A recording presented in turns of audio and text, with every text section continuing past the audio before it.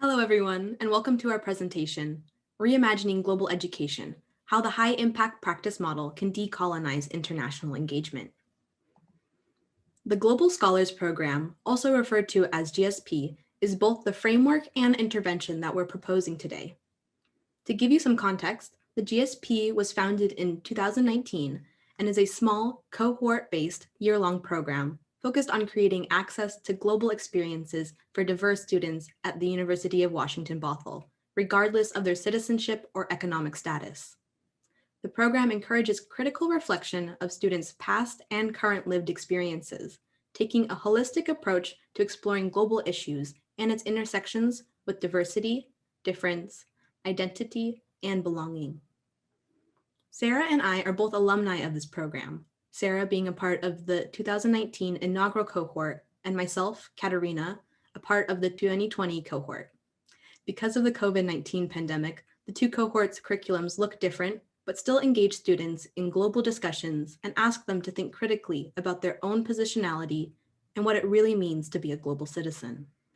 In the spring of 2020, Sarah and I began our undergraduate research project mentored by Dr. Ron Craybill and Dr. Ben Gardner, both co-directors of GSP. Our research was focused on continuing to explore how global citizenship is understood in the university context. In one of Dr. Craybill's articles, he poses the following experiment. Go to your university or college's homepage and look for the mission statement. Odds are high that you'll find at least one reference, whether explicit or implicit, to the institution's promise to produce global citizens. This production of global citizens is in part what has created a demand for the GSP. The lack of critical thought in what global citizenry means culminates into problematic global and interpersonal relations, as universities promise to mold students into global citizens, but instead reproduce colonial relationships of power. For this research project, we used ethnographic, autoethnographic, and archival research methods. We interviewed alumni from the 2019 inaugural cohort and the 2020 cohort, and two GSP directors, Natalia Dibba and Eva Navarrijo. All researchers were either previously or currently participating in Global Scholars, whether as students, student assistants, professors, or a mixture. Our research included readings by scholars such as Paulo Freire, Bell Hooks, Stuart Hall, Ivan Illich, George Sanchez, Anu Taranath, Ron Craybill, Ben Gardner, and Fania E. Davis. A list of our essential readings will be on the last slide for interested listeners. In our research, we also found that the GSP aligns with an existing model developed by the Association of American Colleges and Universities, coined High Impact Practices, or HIPs.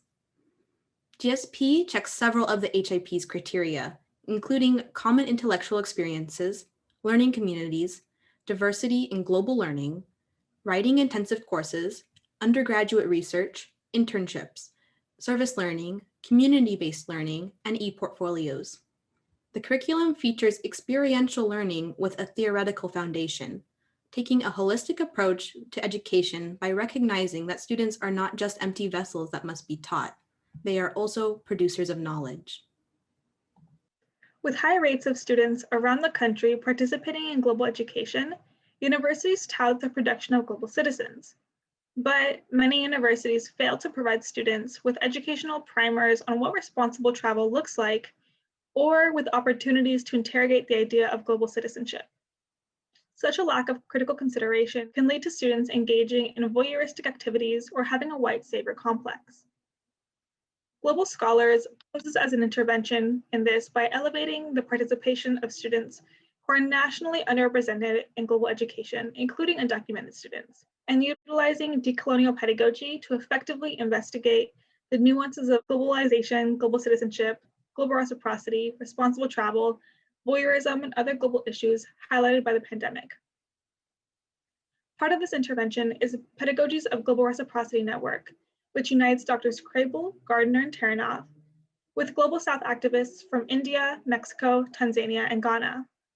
The inclusion of this network in the GSP and opportunities for the network participants to teach in the GSP, as well as the use of Taranath's book, Beyond Guilt Trips, as essential reading in the program, creates a unique and exciting dynamic where Global South voices are not only included, but are front and center. The GSP is built on inclusivity and thus encourages students to unlearn the parameters of global education to include domestic, local, and virtual opportunities that are not only more inclusive, but equally as profound. On the screen, you will see two photos of two GSP students who had virtual experiences in India during the summer of 2020. An analysis of power dynamics is central to the GSP and ties in directly to the interrogation of global citizenship. American students have inherent privileges while traveling abroad and locally, and this acknowledgement and identification of intersections can breed empathy and facilitate the dialogue surrounding global or power dynamics. With this critical consciousness, the question is no longer whether I am a global citizen, but rather what it takes to be a global citizen. From our research, we found that the decolonial education model effectively centers students, holding space for them to be seen, heard, and felt.